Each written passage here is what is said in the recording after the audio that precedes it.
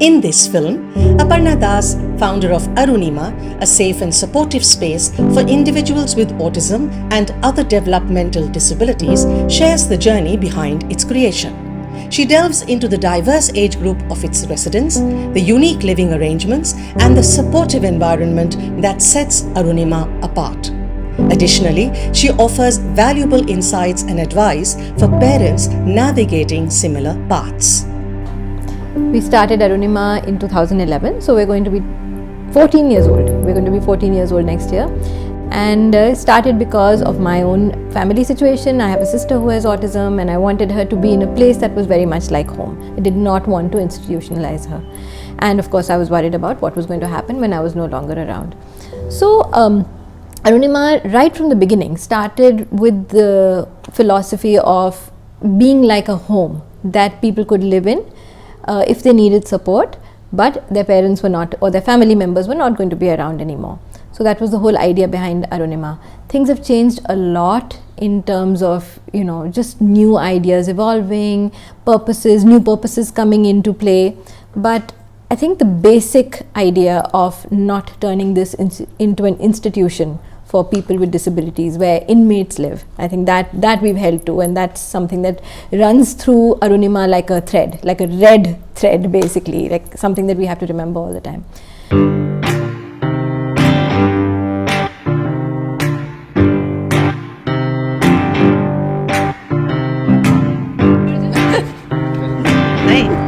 कर दो hello hello ma'am hello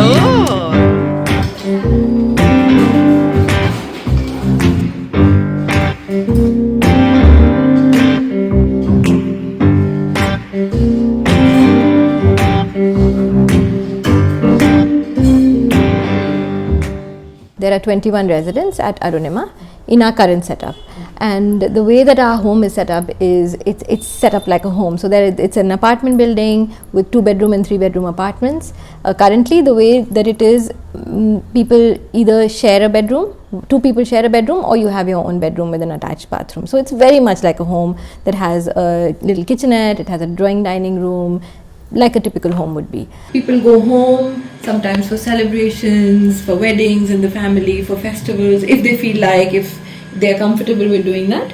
And there's no hard and fast rule about how often people can visit, whatever suits the individual best.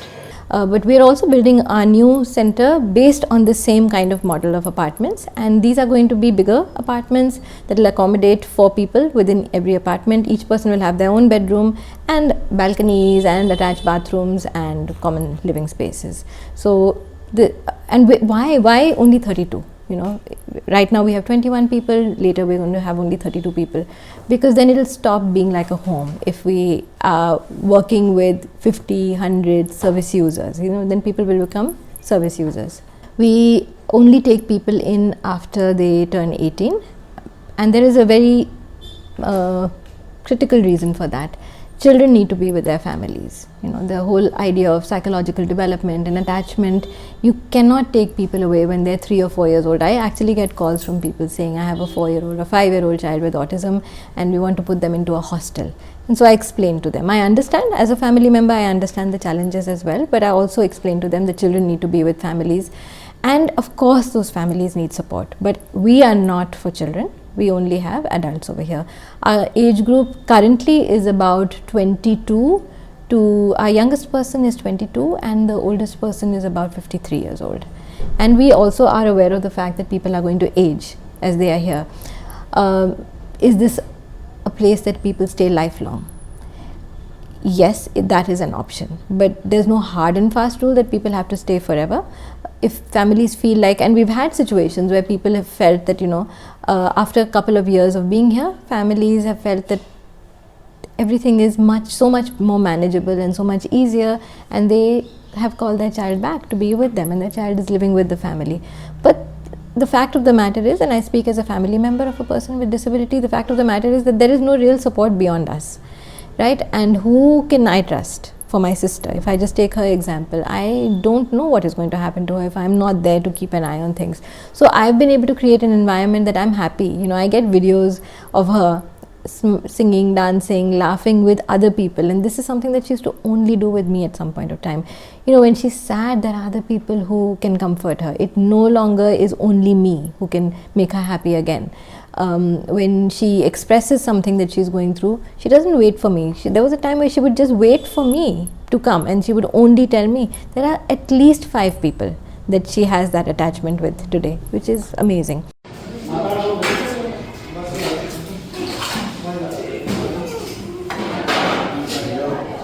Arunima used to be a project for persons with autism, and it's still called Arunima Project for Persons with Autism, but we actually have people with other disabilities here as well. So there are people with Down syndrome, there are people with intellectual disability, there are people with cerebral palsy who are also enrolled in our future project.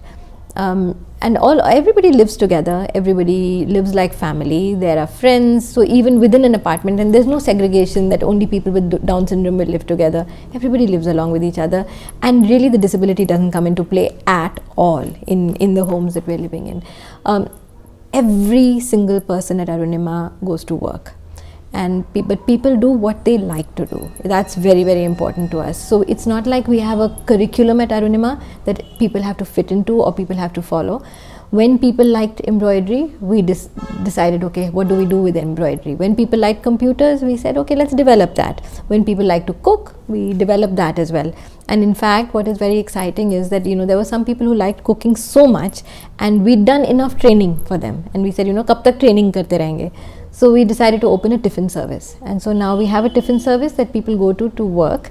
And the exciting thing is that one person from the tiffin service has now been employed in a cafe outside as well. So he's learned skills. This is my job really. I do my menu, write the board, then I cut all the things. I made a curry, my vegetables. So this is my real job here and my office too.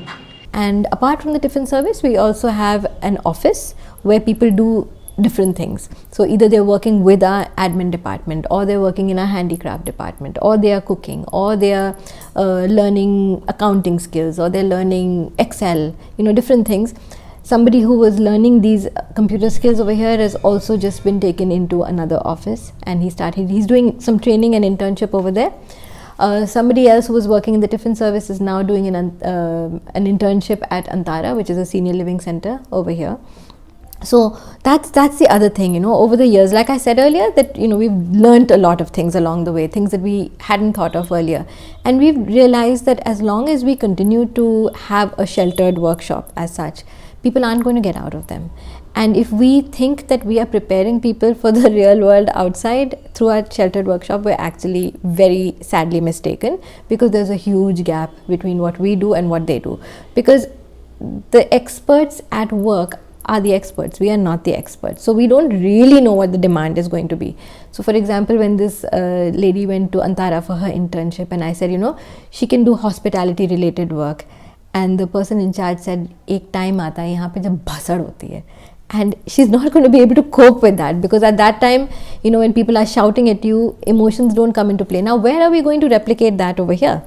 So I think it's really important for people to have as many real life experiences as possible and get out into the community at work. And recently we've had about 4 people getting out and working, and we're hoping for that for other people as well. It doesn't necessarily have to be a full day thing, but let's not wait for the perfect opportunity. Let's just look at every opportunity that we can get. How is the money earned by the residents managed? It's their money, and they have bank accounts. All of them have bank accounts. They have ATM cards. They use their ATM cards to pay for things. So we have certain things that fall within Arunima's budget, and we go out and we do certain things. But there are things that, why should people be restricted to only what Arunima can afford? So if they can afford to do something, if they have collected money to go bowling, for example, there's a gentleman who loves bowling, and because of him, the other people in his apartment have also started getting into bowling. They pay for it themselves. There was recently in a cafe, in a regular cafe, there was an event. It was an anime movie, Ramayana in Japanese, an Indo-Japanese collaboration, and he loves anime, and so he went and he said, okay, show me the menu, and he had his coffee. Now it was not a scheduled thing or anything like that. And that is the other thing that we've learned, we don't schedule people's lives anymore. People do what they want to do. Sometimes they make bad choices as well, but we've all made bad choices, and we learn through those bad choices. We keep talking about those things, how is this the best thing to do? Why is this not the best thing to do? Lots of things, regular conversations. What do you think are the key differences between life inside and outside Arunima? One example of the huge difference in learning when you're outside in a typical workplace and when you're in a sheltered workshop. We are very careful about what people want, what sensory overload they may be having, what they like and they don't like, what kind of breaks people want. Nothing of the sort happens outside, actually.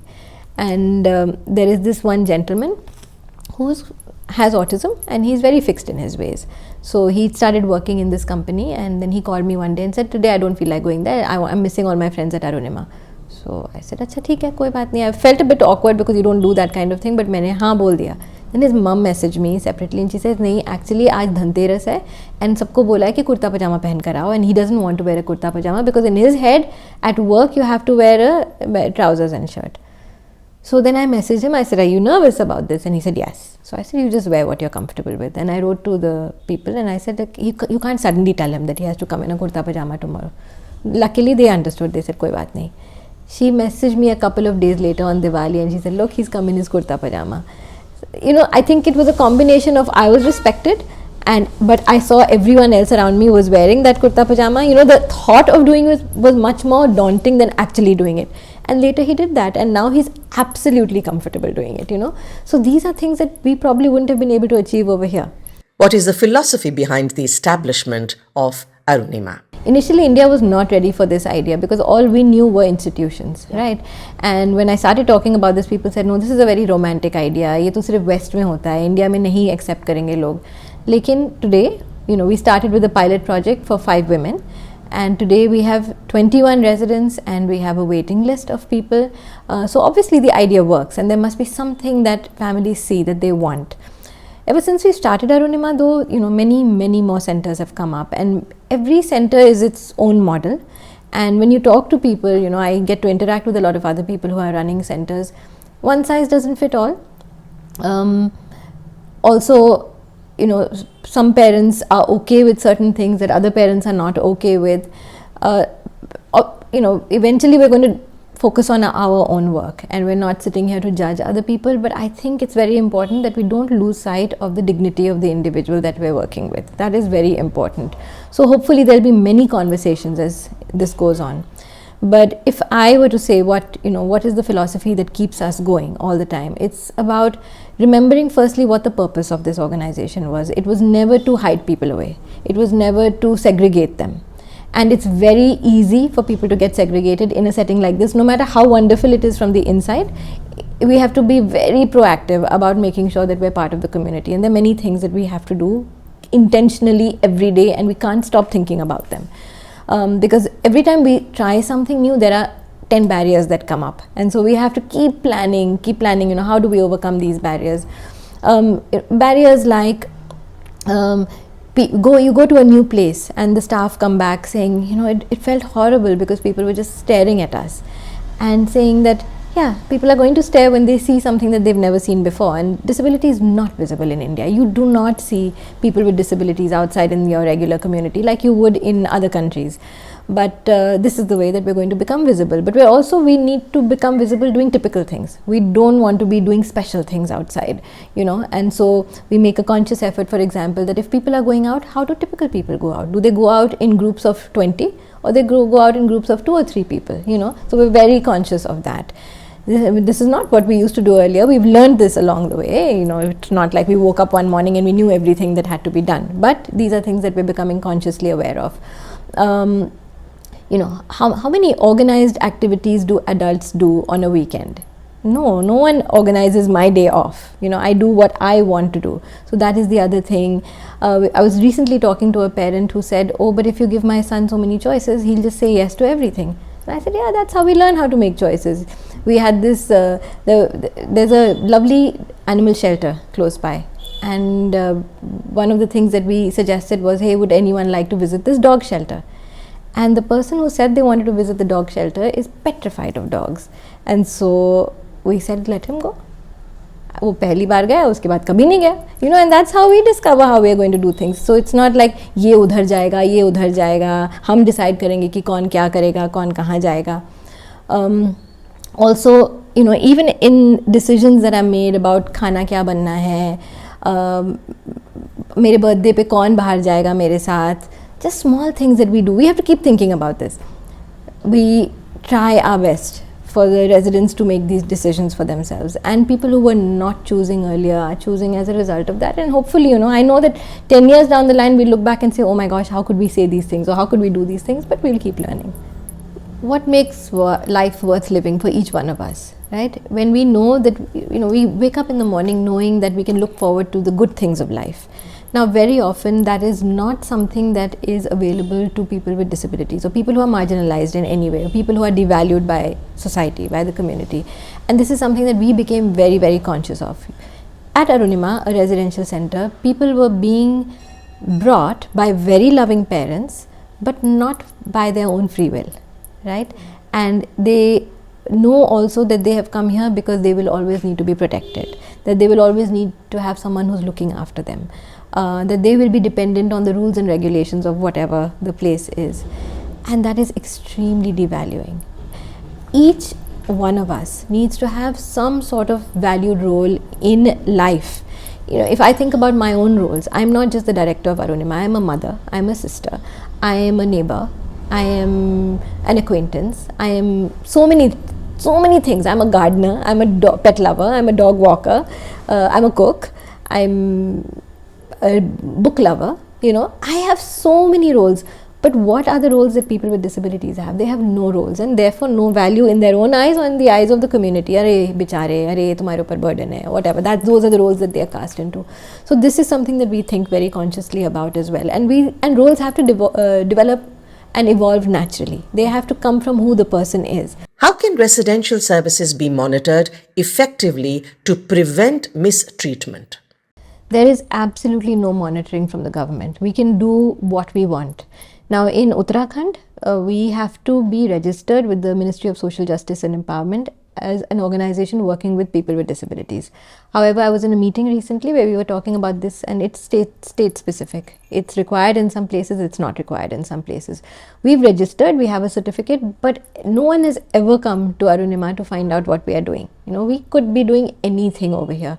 So it has to be up to us at this point of time. We still feel it's really important for the government to get involved, but it may not be on its list of priorities at this point of time because there are so many other issues. So, but then we've got to start it ourselves. So at our organizational level, we have very strict and clear policies that also keep getting revised as we come across new things, that, you know, the new horrible ways in which people can be mistreated. So we have policies. The training of our staff when they join is extremely important, that they understand it, and repeated training of these things. But then the policies on paper, they're actually implementing it is also very important. And it can be the implementation of something like, aaj mujhe kisi ne mara, like one of the staff, suppose he's got hit by somebody, we don't say, oh uska behavior hua, we say, kyun mara hoga? आप क्या नहीं समझे, you know, and talking through these things. We have protection committees where these things are regularly discovered. And, you know, even though this is a place where people are very loving, we have at least one discussion in the protection committee every week, because somebody's body language may have been disrespectful, somebody's words may have been disrespectful. We don't wait for a beating to happen before the protection committee gets activated. So it's all these little attitudinal things that actually come in much more in the protection committee.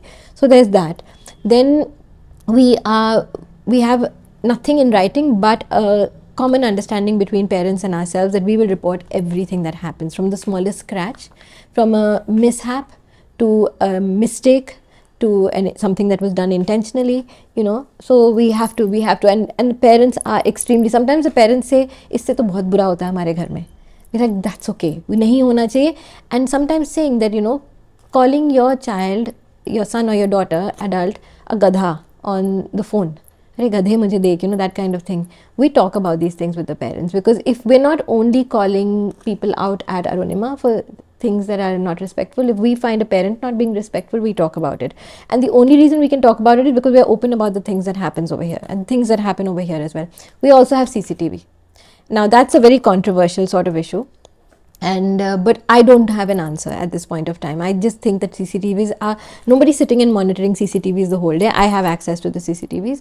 I don't have the time to monitor them. But if ever something happens, if there's like an unexplained bruise or something, you can always go back and find out what happened in that. Or if two guys have a fight, okay, there's like testosterone over here, you know, two men of 25-30 years old riling each other up, क्या हुआ उसके लिए भी हम लोग देख सकते हैं. We can even show footage to them and say देखो अच्छा ये हुआ था, ऐसा हुआ था, आपने ऐसा क्या, what could you have done instead, you know. So we use that. So yeah, everything possible, and any new ideas that come up for monitoring, we do that as well. We do a lot of reading, a lot of training. What type of staff is employed at Arunima? When we started Arunima, we were thinking about staffing, and obviously the first thing that we did was to get special educators, but very soon we realized that special educators have a very different sort of training, a very different type of philosophy, and often it's about fixing the person, and that is not what we wanted. And so we struggled a lot with this, but we started doing a lot of in-house training. Then we got together with some other organizations and said, let's develop, with the number of residential centers coming up, let's develop some sort of course. And so with a lot of brainstorming and a couple of years, we've developed something called a direct support professional training program, the DSP training program. And this is actually run by the Keystone Institute, and we support them to train people all over India to be direct support professionals. And at Arunima, we have trained direct support professionals.